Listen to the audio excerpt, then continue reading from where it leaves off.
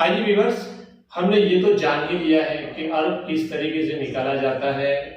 अगर आप लोगों को ज्यादा क्वांटिटी में अर्क निकालने की जरूरत पड़ती है तो अर्क निकालने का पूरा तरीका मैंने एक वीडियो में बताया है, जिसकी लिंक आप ऊपर देख रहे हैं। आज की इस वीडियो में हम बात करेंगे अर्क निकालने की मशीन कि अगर आप अर्क निकालने वाली ये मशीन नहीं बना सकते हैं या ये मशीन नहीं खरीद सकते हैं तो ये वाली बना लीजिए। मैं आपको उसका बहुत ही आसान और बहुत ही सरल सॉल्यूशन बताने वाला हूँ। वजह उसकी ये है कि बहुत सारे लोगों की कॉल्स आई मेरे पर कि ये जो कंडेंसर है, इसको जो कंडेंसर बोला जाता है, तो कंडेंसर हमें कहाँ मिलेगा। बहुत सारे लोगों को इससे दिक्कत आ रही है, तो मैं आपको उसका ऐसा सरल उपाय बता रहा हूँ कि कंडेंसर की आपको कोई जरूरत नहीं पड़ेगी। विदाउट कंडेंसर आप इसी तरीके से ज्यादा क्वांटिटी में अर्क निकालेंगे। लेकिन इससे पहले बहुत सारे लोग ये भी चाहते हैं कि मैंने जो अर्क निकालने वाली मशीन बताई थी उसको मैं एक बार क्लियरली बताऊं। तो हम सबसे पहले पूरा लॉजिक समझने की कोशिश करते हैं कि अर्क निकालने में क्या प्रोसेसिंग होती है और किस तरीके से अर्क निकलता है और कंडेंसर का क्लियर व्यू किस तरीके से आता है। तो सबसे पहले हमें इस तरीके का एक ड्रम लेना है। ये लगभग 10 लीटर का बर्तन है। अगर आपका कामकाज बड़ा है तो आप बड़ा भी ड्रम ले सकते हैं, छोटा काम है तो छोटा ड्रम ले सकते हैं। जितना बड़ा ड्रम होगा उतनी आपको नीचे से जो फ्लेम है उसको बहुत हाई रखना पड़ेगा, तब जाके ये जल्दी से अर्क निकालने की प्रोसेसिंग शुरू होगी। मैं जब अर्क निकालता हूं तो ये इस ड्रम के अंदर मैं दवाई फिल करके उसके बाद मैं फ्लेम को ऑन करता हूं और जो जनरली जो हमारे यहाँ गैस का जो स्टोव होता है, आमतौर पर जिस पर हम खाना बनाते हैं, वो वाला स्टोव मैं यूज करता हूं और वो फ्लेम जो है उसकी फुल रखता हूं। तो अर्क निकलते निकलते पहला कतरा अर्क का गिरते गिरते उसके अंदर लगभग आधा घंटा लग जाता है, क्योंकि पूरे के अंदर एयर भरेगी। एयर भरने के बाद प्रेशर क्रिएट होगा, प्रेशर क्रिएट होने के बाद फिर अर्क निकलेगा। तो व्यूअर्स, आप इसे समझ सकते हैं कि आपको कितना बड़ा ड्रम लेना चाहिए, क्योंकि जितना बड़ा ड्रम लोगे उतना अर्क निकलने में थोड़ी देरी लगेगी और गैस उतना आपका ज्यादा जलेगा। ये जो हमने ड्रम लिया है, ये दूध के लिए कैन होता है, वो हमने लिया है। तो इसका जो ढक्कन होता है, तो ढक्कन के ऊपर हमने सुराख गिराया है, ये आप देख सकते हैं। और इसका बोल्टिंग किया है, ये अंदर से भी और बाहर से भी। बोल्टिंग करने से पहले ये दोनों साइड में अगर आपको रबर का पैकिंग मिले तो वो रबर का पैकिंग डाल देना है, क्योंकि हवा को निकलने के लिए बहुत ही कम जगह काफी है। अगर आपको रबर का पैकिंग नहीं मिलता है और हवा आपकी लीकेज हो रही है तो उसके लिए जो मैंने अपने लिए जो सॉल्यूशन तलाश किया है वो ये है कि गेहूं का आटा आता है, उन आटे को भिगा के और इसको है अतराफ में चिपका देने का।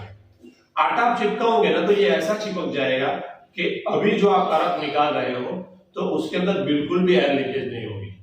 आटा चिपकाने का यही खाली नहीं है, बल्कि किसी भी जगह एयर अगर लीकेज हो रही हो, जैसे कंडेंसर को हम यहाँ से उसको, ये कंडेंसर का जो पाइप है इसको हम इधर ऐसे यहाँ से ज्वाइन करते हैं। यहाँ ज्वाइन करने में बार मरतबा यहाँ से भी हवा जो लीकेज होती है, तो यहाँ से भी लीकेज अगर आपको लगे तो इसमें भी आप आटा भर सकते हैं। लेकिन अगर हवा ज्यादा लीकेज हो रही है तो वो आटा काम नहीं करेगा। तो इसके लिए हमने ये वाली टैप पट्टी लगाई है, व्हाइट वाली, क्योंकि उससे एकदम ज्वाइंट हो जाता है और ऐसा ही हो जाता है जैसा आपने रबर का पैकिंग लगाया। तो आपको ये ड्रम लेके उसके जो ढक्कन होता है इसमें इस तरीके का सुराख गिरा के और ये एल शेप में आपको एक पाइप तैयार करना है। व्यूअर्स, ये जो हम पाइप लेंगे वो पाइप के लिए हमारे पास 3 ऑप्शन है। या तो आप प्लास्टिक का पाइप लेंगे, या कॉपर का लेंगे, या एसएस का लेंगे, और एमएस का भी आप ले सकते हैं। लेकिन तीनों पाइप में आपको सिर्फ एक पाइप कंफर्टेबल रहेगा, वो ये है कि एसएस का। क्योंकि अगर आप प्लास्टिक का पाइप लेंगे तो ये आग वाला काम है। अब इसके अंदर गर्मी बहुत ज्यादा क्रिएट होती है तो उसकी वजह से प्लास्टिक गलने लगता है, तो ये नहीं चलेगा। कॉपर वाला लेंगे तो खट्टी चीज अगर उसके अंदर गिरेगी दवाई के अंदर, तो खट्टेपन की वजह से कॉपर के अंदर से एक जंगार निकलता है जो एक मोहलिक, बाद में जाके मोहलिक साबित होता है। अगर आप एमएस में लेंगे तो एमएस में आप जानते हैं उसके अंदर जंग बहुत जल्दी लग जाता है और ये पानी वाला काम है, तो अर्क के अंदर जंग के जर्रात आ सकते हैं। तो व्यूअर्स, ये चारों पाइप में से एसएस का पाइप लेना यही आपके लिए बेहतर ऑप्शन है। उसके अलावा आप दूसरा पाइप यूज करेंगे तो आपको दिक्कत पेश आएगी। अगर आप कंपनी से तैयार कंडेंसर लेते हैं तो उसके अंदर पूरा सेटअप आता है और ये जो ड्रम आता है वो भी कांच का होता है और उसकी जो नलकियां वगैरह सब कांच की होती है। लेकिन दिक्कत ये आती है कि इंसान है, कभी खता हो जाती है, आपकी 1 सेकंड की खता आपके पूरे कंडेंसर और पूरे सेटअप को मल्यामित कर देगा। हल्का सा भी झटका लगेगा तो फौरन सब फूट जाएगा। तो इसके लिए आप ये पाइप और इस तरीके का सेटअप बनाएंगे और ये खाली कंडेंसर खरीदेंगे तो आपके लिए बहुत ही ज्यादा यूजफुल रहेगा मेरे हिसाब से।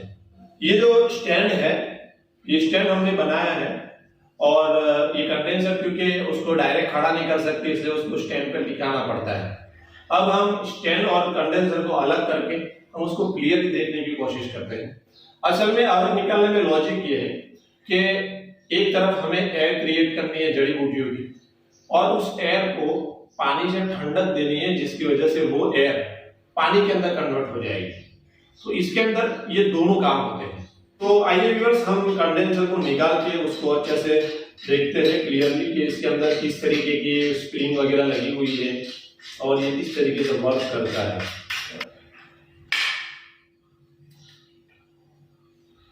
तो व्यूअर्स, ये हमने कंडेंसर स्टैंड से अलग किया है। अब इसको साइड पे रख देते हैं और कैमरामैन से भी कहूंगा कि आप एकदम नजदीक आ जाइए और अच्छे से ये व्यू लीजिएगा इसका। इसके अंदर एक बड़ा कैप्सूल है जो आपको बाहर से नजर आ रहा है। कैप्सूल बड़ा है जो बाहर से नजर आ रहा है और ये जो ऊपर वाला जो ऑप्शन है तो उससे ये पानी गिरता है जो पूरे कैप्सूल को पूर कर देता है।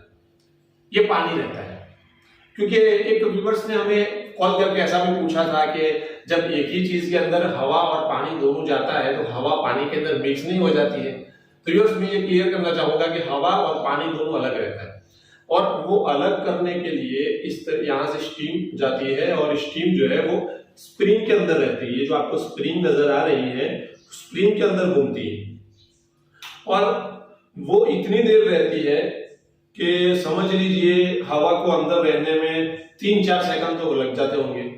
3-4 सेकंड जब वो ठंडे पानी में रहती है तो मैं जब देखता हूं तो हवा यहां तक आती है स्टीम, इसके नीचे जाते ही फौरन ये पानी में कन्वर्ट हो जाती है। मतलब हवा को 1 सेकंड पानी में रहना ये पानी में कन्वर्ट हो जाने के लिए काफी है। तो यहां से फिर वो पानी बन के और यहां से निकलता है, यहां से वो पानी बन के इधर से निकलता है ये वाले ऑप्शन से। और ये कैप्सूल जो पानी से भरता है तो इधर से नया पानी आता है और इधर से पुराना पानी निकल जाता है यहां से। तो ये मैं समझता हूं ये जो कंडेंसर का जो काम है वो आपके सामने क्लियर हो चुका होगा और आप समझ गए होंगे कि इसमें सिर्फ 2 चीजें हैं। एयर को बाहर लाके पानी के जरिए से उसको ठंडा करना है ताकि वो पानी के अंदर कन्वर्ट हो जाए और इसका हम नाम रखेंगे अर्क। जिस चीज का अर्क निकालना है उसको आप इस ड्रम के अंदर भर लीजिएगा, उसके अंदर पानी डालना है और किस जड़ी बूटी के अंदर कितना पानी डालना है, ड्राई के अंदर कितना, वेट के अंदर कितना, वो मैंने अगले वीडियो में बता दिया है। आप वहां जाके चेकआउट कर सकते हैं। तो आपको डिस्क्रिप्शन में भी लिंक मिल जाएगी तो वहां से आप पूरी वीडियो को चेकआउट कर सकते हैं। और ये स्टैंड का थोड़ा सा आप देख लीजिएगा, अगर आपको भी स्टैंड अगर ऐसा बनवाना है तो आपके सामने एक आइडिया रहेगा कि स्टैंड किस तरीके से होना चाहिए। हो सकता है इस स्टैंड को देखने के बाद आपके जहन के अंदर कोई ऐसा आइडिया आ जाए कि जो इस स्टैंड से भी बेहतर हो, लेकिन वो बेहतर बनाने के लिए थोड़ा सा आपको आइडिया इससे मिलेगा। तो कंडेंसर को टिकाने के लिए ये दोनों क्लैंप हमने रखे हैं, दोनों क्लैंप है इसका ये वेल्डिंग किया है हमने बहुत बड़े बड़े बोल्ट के। और ये जो पानी वाला जो ऑप्शन है वो नीचे चला जाता है, अर्क वाला ऑप्शन ऊपर रहता है यहाँ से। और ये जो हमने लगाया है वो पानी वाला जो ऑप्शन है उसको टिकाने के लिए लगाया है। अर्क जो निकलता है वो अर्क यहाँ से निकलेगा, इसके ऊपर उसकी पाइप रहेगी और जो पुराना पानी निकलता है वो नीचे से निकल के बह जाएगा। तो दोनों अलग हो जाएंगे और एक दूसरे के अंदर खलत मलत नहीं होगा। इसको हाथ में पकड़ के भी रखना नहीं पड़ेगा और स्टैंड के ऊपर लगा रहेगा क्योंकि उसमें टाइम लिमिट बहुत ज्यादा होती है। जैसे मैंने आपको बताया था 1.25 घंटे के अंदर 1 लीटर अर्क निकलता है। मेरा जो सेटअप है उस हिसाब से। व्यूअर्स, ये तो हो गई तैयार कंडेंसर की बात। अब हम जानने की कोशिश करते हैं कि अगर हमें ये कंडेंसर नहीं मिल पाता है, तो यूएस में एक बात भूल गया था शुरू में बताने की, कंडेंसर जो कांच वाला मेरे पास है वो आपको मंगवाना है।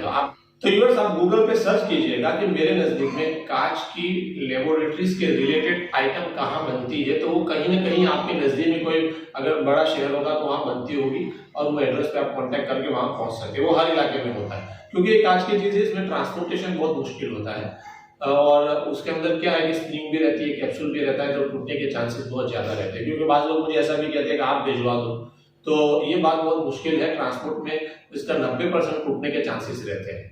तो यूर्स हम देखते हैं कि अगर हमारे पास कंडेंसर नहीं है तो हम घर पे कंडेंसर का काम किस तरीके से ले सकते हैं, और घर पर हम किस तरीके से अर्क निकालने का सेटअप बना सकते हैं। उसके लिए मैंने आपको एक एग्जांपल बताने के लिए मैंने प्लास्टिक का पाइप लिया है। आप प्लास्टिक का पाइप आप हरगिज मत लीजिएगा, क्योंकि ये गल जाएगा, ये नरम हो जाएगा और आपका काम बिगड़ेगा। तो आपको तो एसएस का ही पाइप लेना है। ये मैंने एग्जांपल के तौर पर प्लास्टिक का पाइप लिया है। व्यूअर्स, ये जो सेटअप है वो आप बना सकते हैं, आसानी से बन जाता है, इसलिए इतना सेटअप तो आपको बनाना ही है, बात है खाली कंडेंसर। तो व्यूअर्स, यहाँ से जो स्टीम आ रही है, तो स्टीम वाला जो पाइप है वो ये जो टंकी है या ड्रम है इसके बीच में से हमें गुजारना है। लेकिन याद रहेगा, अगर ये प्लास्टिक का ड्रम रहेगा तो हो सकता है ये वाला हिस्सा भी अगर गर्म हो जाए तो यहाँ लीकेज भी आ सकती है। तो आप ये प्लास्टिक का ड्रम अगर यूज करो तो यहाँ कोई एसएस का कोई इसका मुंह बना देना, मुंह लगा देना, ताकि ये प्लास्टिक गर्म ना हो और गले नहीं। अब इस पाइप को यहाँ से गुजार के उसको इधर से निकाल देना है। ये पानी के अंदर रहेगा, तो पानी के अंदर ये जो पाइप है वो ठंडा रहेगा। इसके अंदर जो स्टीम आएगी तो वो स्टीम जो है वो ठंडी होके पानी बन के इधर से निकल जाएगी। सीधा सा उसका सेटअप है, इसमें कोई मुश्किल की बात नहीं है। अब ये जो टंकी है इसकी लंबाई जितनी ज्यादा होगी उतना ज्यादा देर पानी ठंडक में रहेगा, ठंडे पानी में रहेगा ये पाइप। तो उसकी वजह से अर्क जो है ना वो अगर फास्ट भी निकलेगा तो ये पानी के अंदर कन्वर्ट हो ही जाएगा, उसके अंदर से स्टीम जो है वो बाहर नहीं आएगी, और पानी भी जल्दी गर्म नहीं होगा। अगर छोटा सा कुंडा होगा तो पानी जल्दी गर्म हो जाएगा। अब इस पानी को आप चेंज भी कर सकते हैं, जैसे कि ये छोटा सा टंका आपने बना रखा है तो इसमें मोटर लगा के और ये पानी आप वो बड़ी टंकी में डाल दो, बड़ी टंकी में से नया पानी इसमें डाल दो, तो आप ये कर सकते हैं। तो व्यूअर्स, आप बहुत ही ज्यादा समझदार है। मेरा छोटा सा आइडिया आप इससे अपना बड़ा सेटअप बना सकते हैं। व्यूअर्स, मेरे लिए जहां तक आपकी हेल्प करना मुमकिन था मैंने किया है। मेरे पास जो जो आइडियाज थे वो मैंने दिए हैं आपको। तो व्यूअर्स, मैं समझता हूँ आप पूरी बात समझ गए होंगे। और व्यूअर्स, ये मेरा व्हाट्सएप नंबर है, और इस तरीके से रियल दवाइयाँ, ओरिजिनल दवाइयाँ, अच्छी क्वालिटी में दवाइयाँ हम अपने वतन में तैयार करते हैं। और हमने ये ऑफर भी दी है कि 1 महीने की दवाई 999 रुपये में हम यहाँ से पार्सल करते हैं, फ्री डिलीवरी रहती है। और बाह्य रिलेटेड जो दवाइयाँ हैं वो दवाइयाँ 2500 रुपये में 1 महीने की रहती है। तो यस, आप अपनी बीमारियों की कंसल्टिंग इस नंबर पे कर सकते हैं, और आपकी कंसल्टिंग करने के बाद एक अच्छी दवाई और अच्छा नुस्खा तय करके हमारे यहाँ से आप मंगवा भी सकते हैं। तो यस, आज के लिए इतना ही बस, और फिर हम एक नए टॉपिक के साथ आपकी मुलाकात करें।